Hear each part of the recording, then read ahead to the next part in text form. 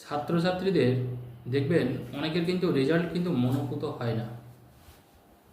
আপনি হয়তো ভাবলেন আপনার সন্তান 80% বা 90% পাবেই, এবং সত্যিকারের সেই ছাত্র বা ছাত্রী পরীক্ষাটাও কিন্তু সেইভাবেই দিয়েছে। অর্থাৎ এখানে কিন্তু আপনার সন্তানের কিন্তু কোনো দোষ নেই, সে কিন্তু পরীক্ষাটাও ওরকম দিয়েছে, কিন্তু রেজাল্টটা কিন্তু এসছে 60% বা 65%। যেখানে 85% বা 90% হওয়ার কথা, সেখানে কিন্তু এসছে 65 থেকে 70, অর্থাৎ 20%-এর একটা গ্যাপ হয়ে গেছে। এবার দেখুন, আমরা বারবার করে যে কথাটা আপনাদের বলি সেটা হচ্ছে, আপনার সন্তানের যদি গ্রহের কোনো সমস্যা থাকে, যদি আপনার সন্তানের এখন রাশির শনির সাড়ে সাথে চলে, বা কোনোভাবে যদি দেখা যায় যে রাহু তার নেগেটিভ অবস্থায় আছে বা বৃহস্পতি তার নেগেটিভ অবস্থায় আছে, সেই ক্ষেত্রে কিন্তু রেজাল্ট তার মনোভূত হবে না। এটা সবসময় জন্য মাথায় রাখবেন। দেখবেন, আমি গতবার আপনাদের বলেছিলাম যে অনেকের আছে যে ছোটোবেলায় খুব ভালো রেজাল্ট করতো, কিন্তু যত বড় হচ্ছে 9, 10, 11, 12 বা তার পরবর্তীকালে সন্তান কিন্তু রেজাল্ট কিন্তু আর ভালো করতে পারছে না। শুধু রেজাল্ট ভালো করতে পারছে না সেটা নয়, উপরন্তু সে কিন্তু খারাপ সঙ্গে মিশছে, খারাপ হয়ে যাচ্ছে দিন দিন।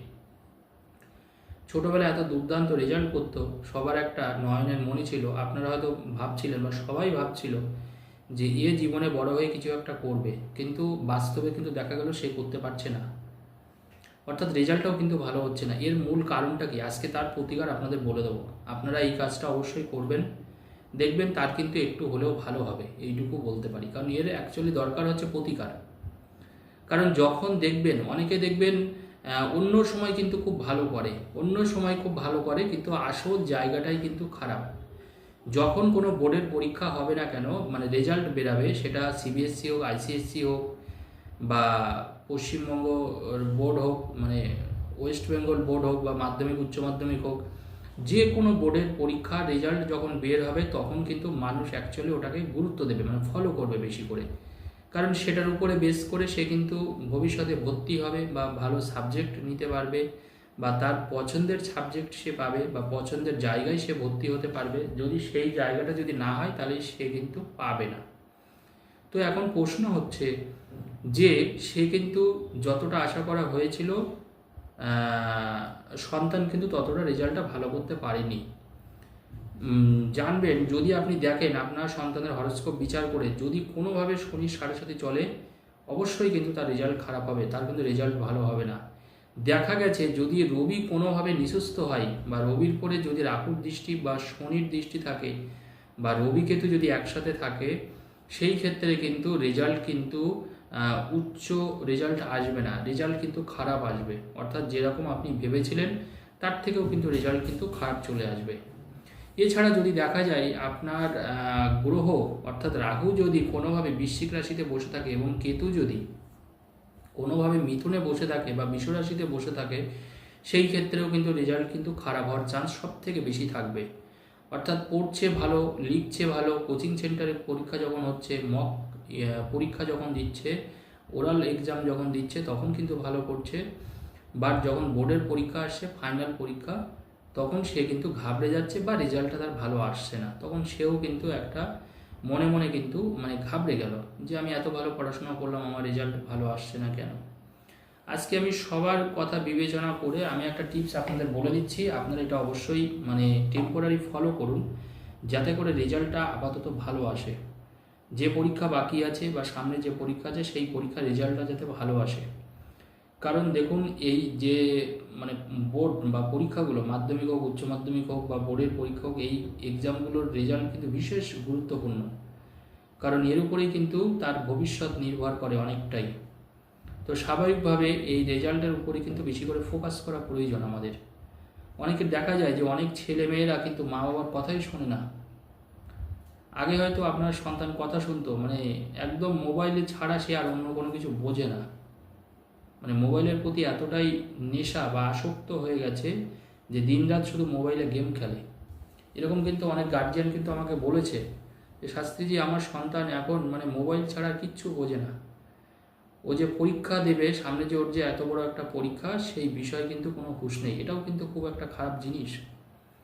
কারণ ছাত্রছাত্রীদের মেন ফোকাস থাকবে কিন্তু তার স্টাডি, তার পড়াশোনার উপরে। সেখানে সে যদি অন্য জিনিসের উপরে যদি ফোকাস বেশি করে দেয়, স্বাভাবিকভাবে কিন্তু তার রেজাল্ট কিন্তু ভালো আসবে না। এটা তো বলতে পারেন যে সে সত্যিকারের পড়াশোনা করছে না, রেজাল্ট খারাপ করে ফেলছে।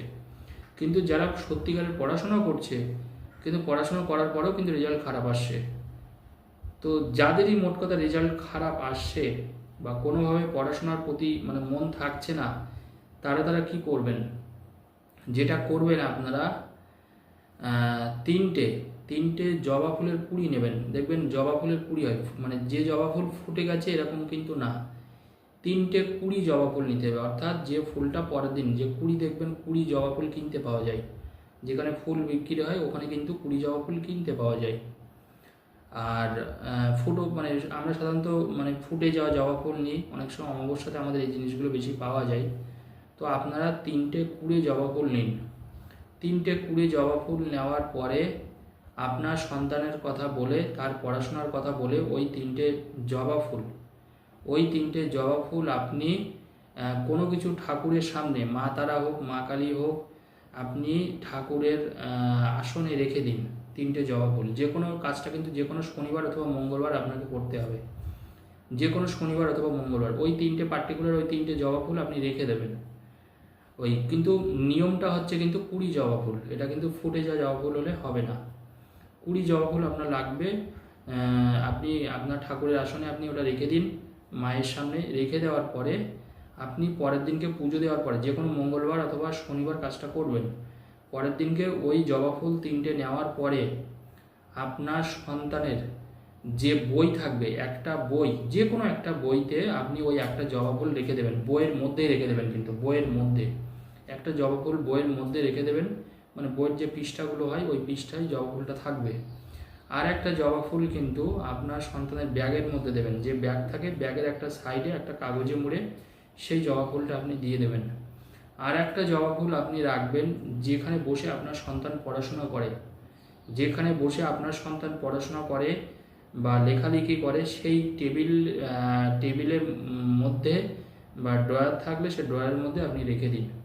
শুধু দেখুন, আমি এই তিনটে জবা ফুল আপনি 3 জায়গায় রাখতে বলেছি, এই ছোট্ট কাজটা শুধু করুন, আর কিচ্ছু করার দরকার নেই।